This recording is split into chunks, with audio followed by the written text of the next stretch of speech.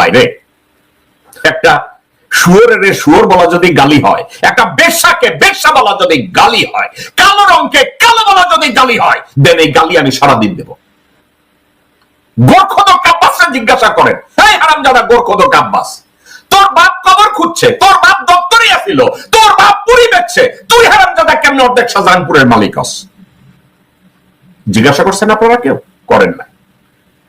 আমার নিজের দাবি করে সে মুক্তিযোদ্ধা, তারে আপনারা একটু জিজ্ঞাসা করছেন কোন সেক্টরের যুদ্ধে করছে, কোন সেক্টরে কার আন্ডারে চুক্তি করছে, যুদ্ধ করছে, কার আন্ডারে যুদ্ধ করে বাংলাদেশ স্বাধীন করছে, কোন সেক্টরের কোন জায়গায় ও কোন রাইফেল চালাইতে জানছে, ও একটা জিনিস চালাইতে জানে, বাংলাদেশের বানোয়াট বাংলাদেশি হ্যান্ডমেড পিস্তল আছে না, ওইটা চালাইতে জানে, কারণ ওইটা দিয়া শাহজাহানপুর, তারপরে ওই যে কমলাপুর রেল স্টেশনের ওইখানে যে ওভারব্রিজ আছে, ওইখানে দাঁড়ায় দাঁড়ায় ডাকাতি করতো লোকজন নিয়ে।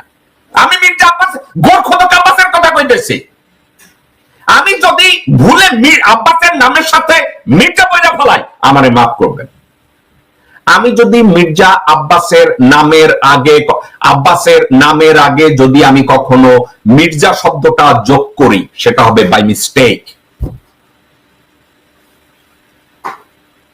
আব্বাসের নাম, অরিজিনাল নাম গোরখোদক আব্বাস। ওর বাপের বংশ পরিচয় হয়েছে গোরখোদক, তার ছেলে আব্বাস। মির্জাটা লাগাইয়া লইছে। একজন এমপি আসিল না, এই ধরনের কাজকর্ম বহু করে এরা, নিজেকে একটু এলিট বানাইতে চায়, যার জন্য গোরখোদক থেকে মির্জা লাগাই দিছে।